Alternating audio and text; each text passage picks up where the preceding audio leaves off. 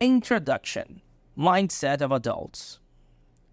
How many of you have heard these statements before? Children are like sponges. They can absorb English faster. Dear reader, our society is full of messages saying who is and who is not able to learn English. If you go out asking anyone randomly walking down the street who can learn English faster, they will probably all say kids.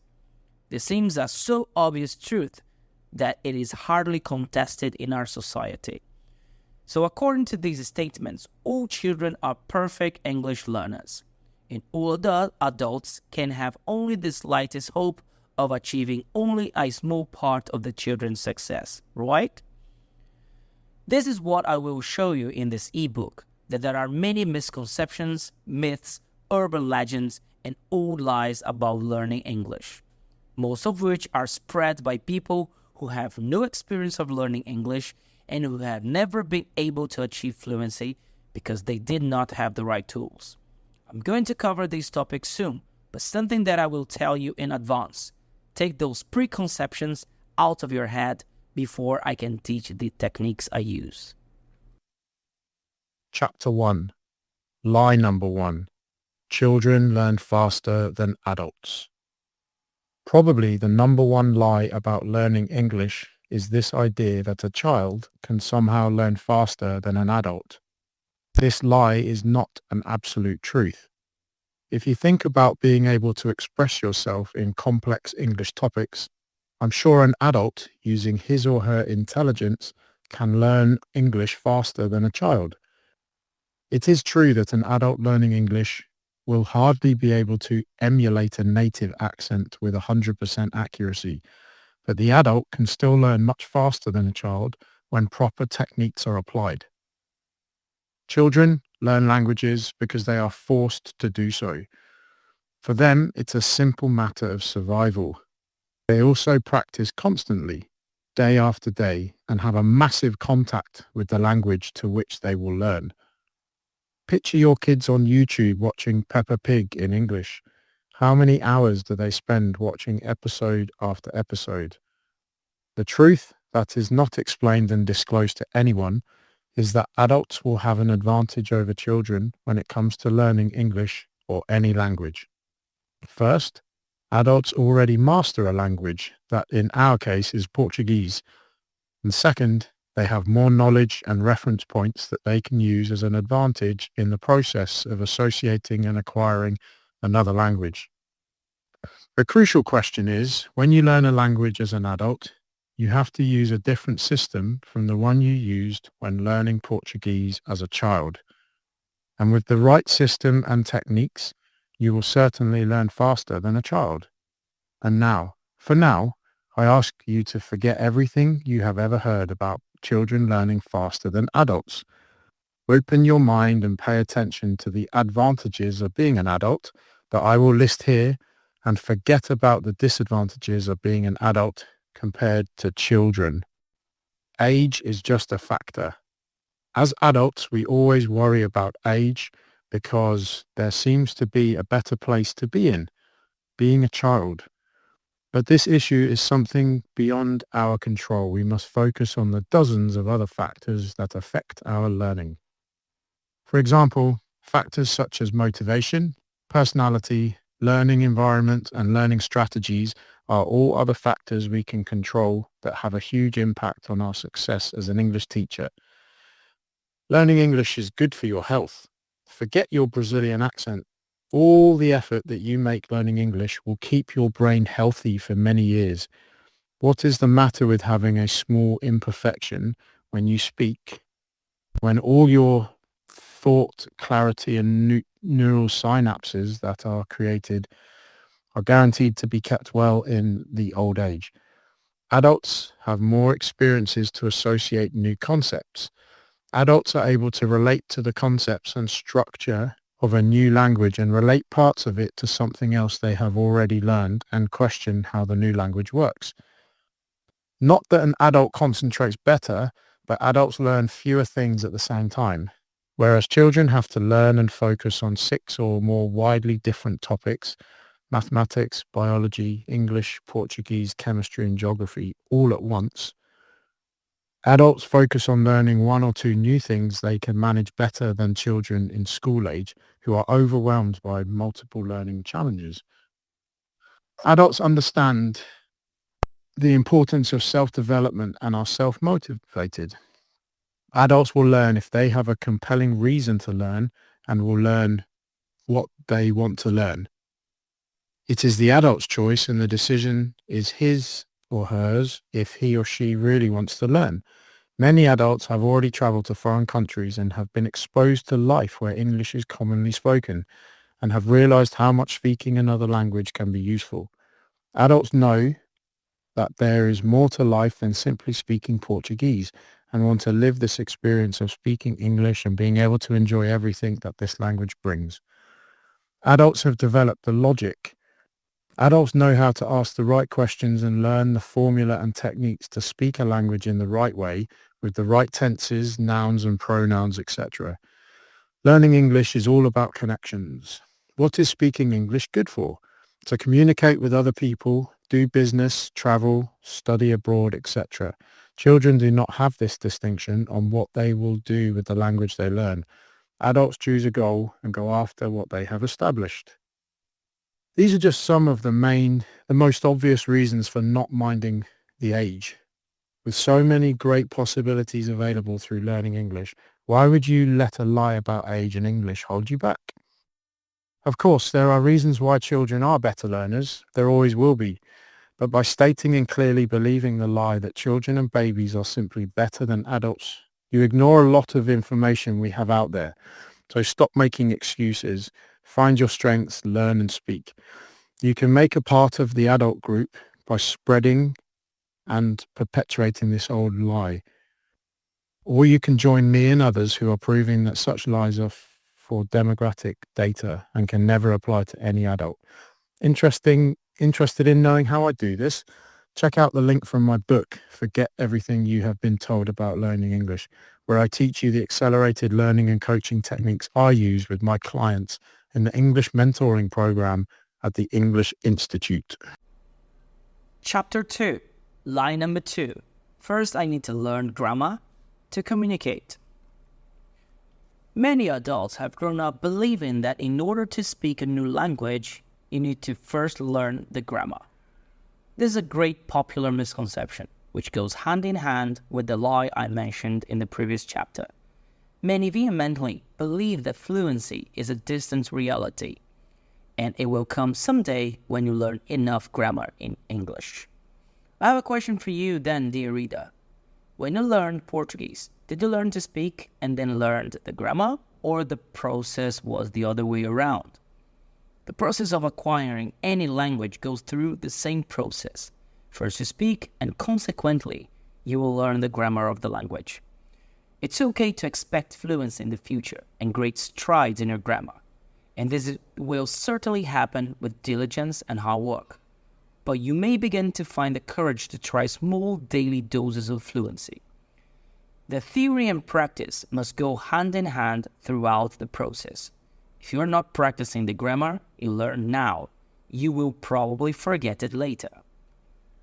Adults successfully fluent in English are able to cultivate fluency from the outset in specific situations. If you know just how to introduce yourself, learn to do it confidently, practicing often, always, where, and with whomever you can. If you have learned basic English for survival, like saying hello and goodbye, start thinking about how you will apply the next day without getting too focused on grammar. This will be a great chance in your attitude that will aid your journey toward fluency. Every time you learn something without focusing entirely on grammar itself, it will be as if you were writing a script for a play that you will act on over and over again, and consequently will have that script on the tip of your tongue when you need to use it in a real situation. My general advice for adults who have been on this journey when it comes to grammar is simple. Do not turn grammar into a priority. You can study a little grammar for a while, then spend some time without visiting grammar, and then gaining confidence for speaking by using the set of learned sentences in a real context. I cannot give a general solution to these lies, but I hope this chapter will inspire you as to how you could deal with or avoid grammar, i.e., use your time more efficiently in other ways, in a way that works better for you. I'm not saying that you should completely neglect grammar, because it's also very important in your learning process. Just bear in mind that grammar will polish your English to make it sound more correct. Never forget that. Never forget that you are allowed to make grammar mistakes. Not being afraid to make mistakes can undoubtedly be the best thing that will help you progress. Chapter 3. Lie number 3. I need to be born with the gift of speaking English. Because, in the end, if you are genetically predisposed not to speak English, then, of course, it will make sense that you cannot speak English, right? And that's right there that you're completely mistaken. Learning English is not like the colour of your eyes or hair that you are born and cannot change. Learning English is a skill, and, like any skill, it can be learned. In short, this lie of "I do not have the gift to learn English" is simply the translation of the phrase "I'm afraid of failing to learn to speak English" that dwells in your mind all the time. The truth, learning a second language does not require special gifts or abilities. It just requires the right learning method. What experts and researchers have discovered are proven memorization tools and techniques to shorten your learning curve. These are techniques that are worked out in my English mentoring program and in my book, Forget Everything You Have Been Told About Learning English. These techniques and tools, aligned with the right motivation, can break down any lie or excuse you, dear reader, have inside your head and prevent you from living your biggest dreams. Dear reader, you surely have already stated that some people have the gift to speak languages, haven't you? Out of many researches that have been carried out in the world, this lie among adults has never been proven. Throughout my years of experience teaching English to adults, and my findings suggest that people who have learned foreign languages in general, they are passionate about the language. They genuinely want to learn English because they know all the benefits that speaking the wonderful language will bring them. Adults who speak English are always passionate about English and its culture in general. They work hard. Apart from people who have grown up in multi-language families, I have never met any adults who have not made real efforts to learn English. This is the lie that I hear the most throughout my years teaching English to adults. I believe the reason for this lie to be so widespread in our society, and especially among adults, is because most are afraid to learn English. This lie, more than any that I have already mentioned, ends up giving an excuse for these adults not to learn English and to stay in their comfort zones. Chapter 4, line number 4. I haven't got the money to invest. Dear reader, we know that financial problems are real and have always been a big issue in Brazil. There's no doubt about it. Besides, most of us cannot afford to take our bags and board on a one-way flight to England to learn to speak English, can we? This misconception about traveling to a country where English is spoken to learn is one of the most common lies we hear about. But it's easy to see where this lie comes from. People eager to learn English often use the idea of traveling the world as part of their main messages to show that they only learned to speak when they could have an interchange program and live in another country. But in tandem with all this, there is an embedded cost that not all people can afford. Truth be told is, you do not have to spend money on trips to learn English. I am a living proof that if you dedicate time and use the proper techniques, you will be able to learn English even if you live here in Brazil. And when you have an opportunity to travel to another country, which was my case when I went to England, you will polish even more everything you've been learning every year. It's extremely rare to see someone travel to another country for a year and return speaking fluently. How many cases have you heard of Brazilians who spent years in a country and failed to develop their speaking skills? These Brazilians have not been able to achieve fluency simply because they do not know techniques about how to learn and improve their English learning. As I often say to my customers, you have not achieved fluency in English yet due to the technique and method you do not know. Because if you knew them, you would have already achieved it. Adults can learn English from the comfort of their cities without having to travel. That's why I have developed the English mentoring program and written the book Forget Everything You Have Been Told About Learning English, so you learn techniques and tools to immerse yourself without leaving the country. Chapter 5. Lie number 5.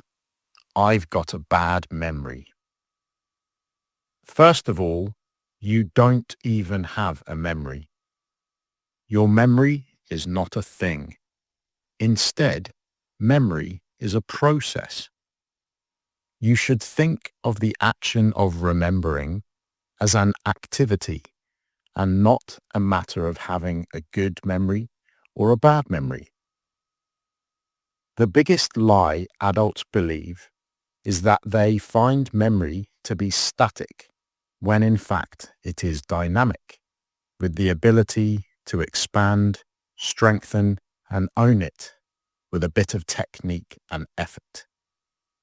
Of all of the lies about having a bad memory, believing you're stuck with a bad memory is one of the worst, because this lie keeps you from at least trying. Do not believe this lie. You can improve your memory. The founding director of the Center for Neurobiology of Learning and Memory, James McGaugh, states that one of the most remarkable aspects of memory is forgetfulness. Forgetting something you study is normal and necessary. There is a famous American writer called Sholem Asch who says that it is not the power to remember, but exactly the opposite, the power to forget, which is a necessary condition for our existence. Imagine your brain every day is bombarded with thousands of information. Now, can you imagine how messy your life would be if you kept all this information and every day?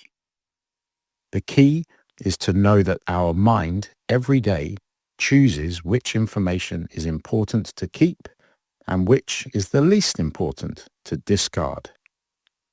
Many adults complain that they have a bad memory, but this is not a cognitive issue, as many people think this problem is simply a lack of zeal and a habit of creating memory codes every day.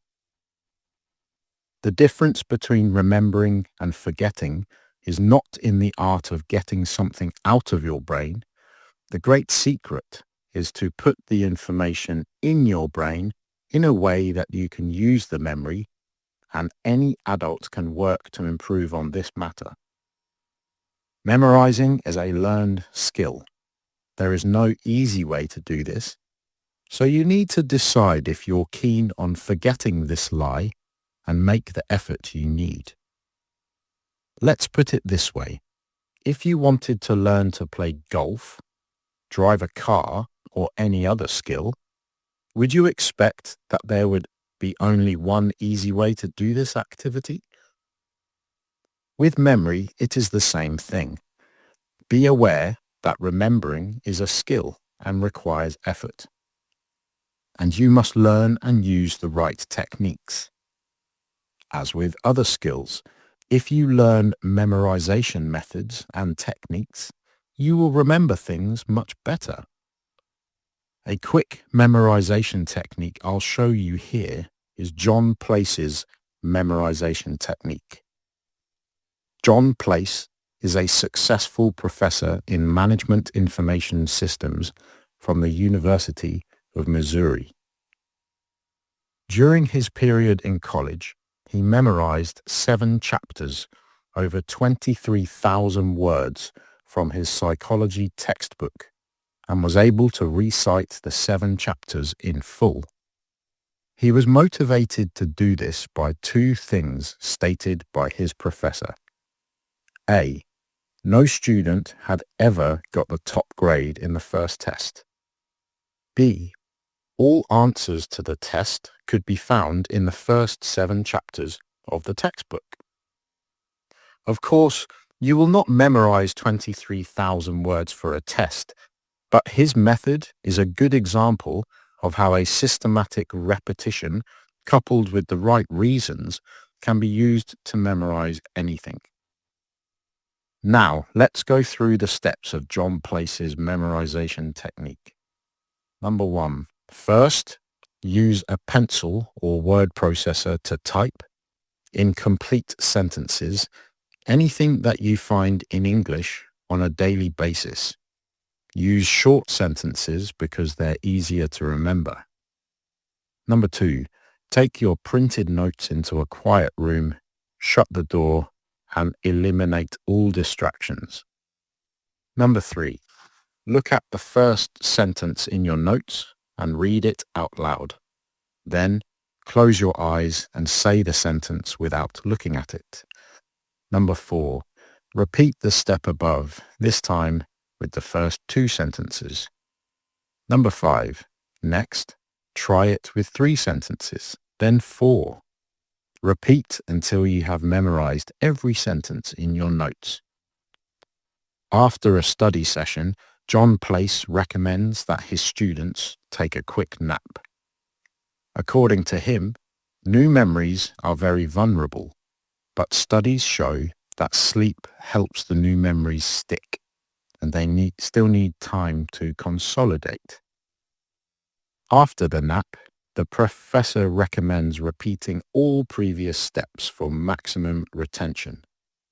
John became so good with this technique that he began to learn all the studies for any test and subject in less than 6 hours. Yes, indeed, it may seem like a long time, but it is not too long, because this technique works from the very outset, even if you have not touched anything related to English for a long time. When it comes to memory techniques, there are no good or bad ones. The one I just showed is one of the several techniques we have in the world, so I recommend you Google some of them and stop believing in that lie that your memory is bad. Chapter 6. Beware of Dream Crushers.